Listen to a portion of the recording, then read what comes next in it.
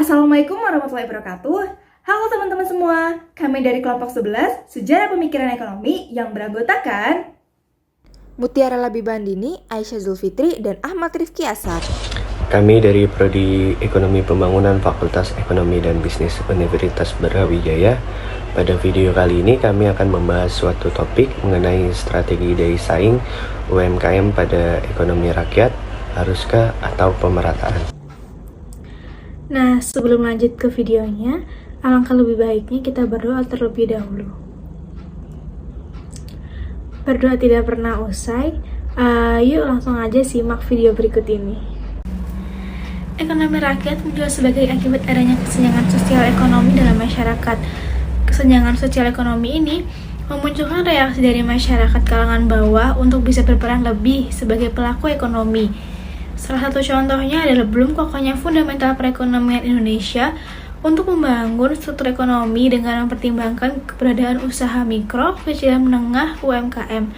Padahal sektor ini terbukti memberikan lapangan kerja dan memberikan kesempatan bagi UMKM untuk berkembang di masyarakat. Keberadaan UMKM tidak dapat diragukan karena terbukti mampu bertahan dan menjadi penggerak ekonomi, terutama setelah krisis ekonomi. Di sisi lain, UMKM juga menghadapi banyak masalah seperti keterbatasan modal kerja, sumber daya manusia yang rendah, dan kurang cakapnya penguasaan ilmu pengetahuan dan teknologi. Pertama-tama, kita akan membahas apa sih ekonomi rakyat itu. Ekonomi rakyat adalah sebuah sistem yang berlandaskan pada kekuatan dari ekonomi rakyat. Sistem ini awalnya dicetuskan oleh salah satu proklamator kemerdekaan Indonesia, yaitu Dr. Andes Muhammad Hatta atau biasa dikenal dengan nama Bung Hatta. Sistem ekonomi ini berakar pada konsep koperasi dan asas kekeluargaan yang selalu dianut oleh Bung Hatta. Dengan diberlakukannya sistem ini, rakyat Indonesia dituntut untuk aktif dalam suatu kegiatan ekonomi, sementara pemerintah bertugas dalam menciptakan kondisi yang sehat untuk pertumbuhan dan perkembangan dunia usaha. Selanjutnya yaitu contoh nyata dari ekonomi rakyat. Yang pertama, dibentuknya koperasi. Pembentukan ini bukan tanpa tujuan, melainkan sebagai bentuk pengamalan dari pasal 33 ayat 1 UUD 1945 atau prinsip ekonomi kerakyatan. Tujuan dibentuknya koperasi adalah untuk meningkatkan kesejahteraan masyarakat, mulai dari masyarakat perdesaan. Yang kedua yaitu banyaknya UMKM. UMKM merupakan salah satu penggerak roda ekonomi Indonesia yang kuat dan bisa menghasilkan berbagai komoditas yang menjadi unggulan Indonesia. UMKM membuka peluang bagi seluruh masyarakat untuk aktif berpartisipasi dalam membantu percepatan roda pertumbuhan ekonomi di Indonesia.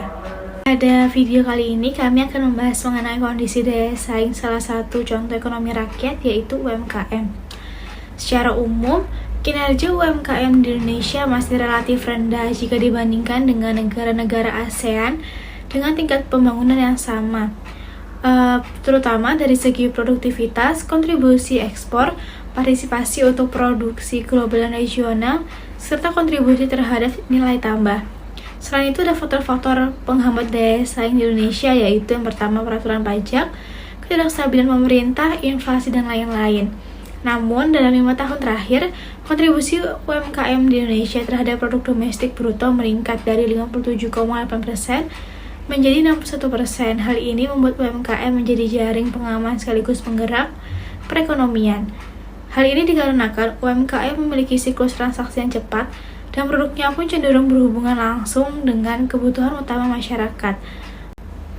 Akan tetapi, selama pandemi, sekitar 30,5% permintaan domestik UMKM turun, 14,1% melakukan pembatalan kontrak dengan UMKM, 13,1% UMKM mengalami hambatan pengiriman, dan sebanyak 69,2% membutuhkan suntikan bantuan modal usaha. Oke, selanjutnya kita ke permasalahan yang dihadapi. Nah, sebenarnya perkembangan UMKM di Indonesia ini masih dihadapkan pada berbagai persoalan sehingga menyebabkan adanya lemah dari daya saing terhadap produk impor.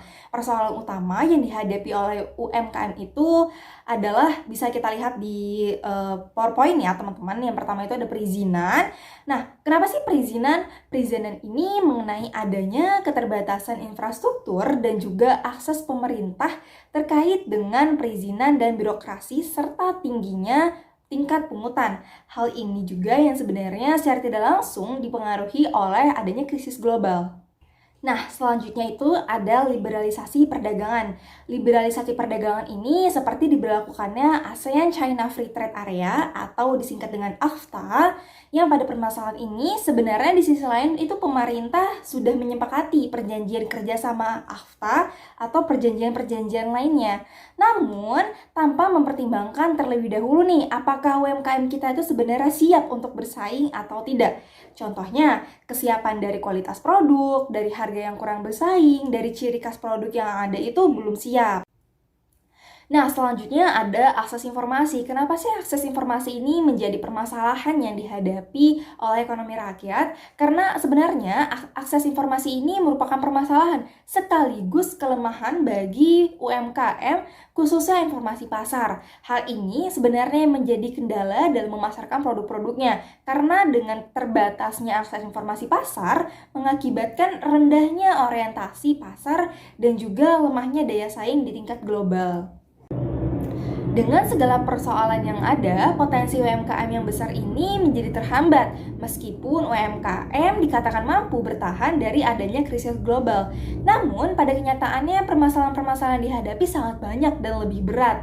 Hal ini dikarenakan selain dipengaruhi secara tidak langsung krisis global tadi, UMKM ini harus pula menghadapi persoalan domestik yang tidak kunjung terselesaikan seperti masalah upah buruh, ketenaga kerjaan dan pungutan liar, lalu ada korupsi dan juga permasalahan-permasalahan lainnya. Oke, yang selanjutnya di sini kebijakan apa sih yang pas untuk dibuat atau solusi apa yang pas untuk dibuat demi memajukan ekonomi rakyat dalam bersaing?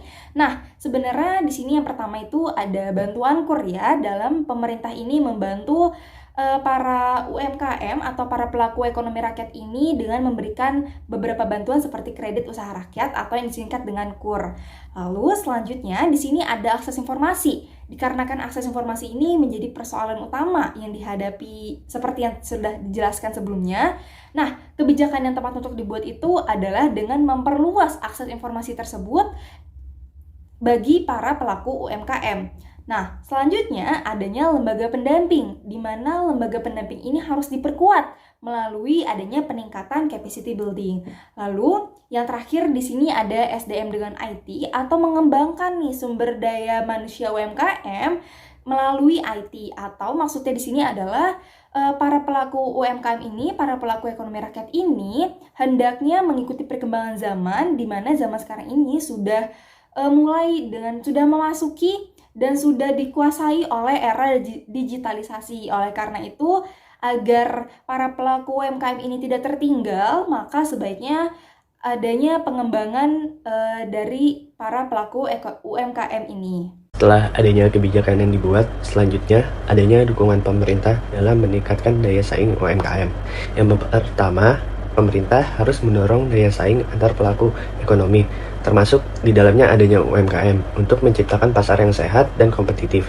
Yang kedua, meskipun begitu, pemerintah perlu melindungi UMKM karena dengan adanya UMKM memiliki kekurangan dari segi modal dan pemasaran agar dapat berkompetisi dengan pelaku ekonomi lainnya. Dan terakhir, yang ketiga, pemerintah berperan dalam mendorong daya saing UMKM, ketersediaan kredit yang terjangkau, dan ekosistem pasar yang sehat dan dapat dimasuki oleh semua UMKM.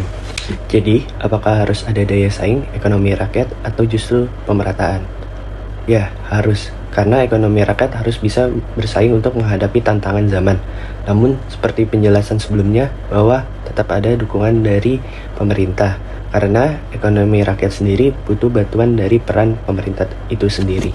Kesimpulannya, yang pertama, ekonomi kerakyatan merupakan kegiatan ekonomi yang dilaksanakan, dinikmati, dan diawasi oleh rakyat.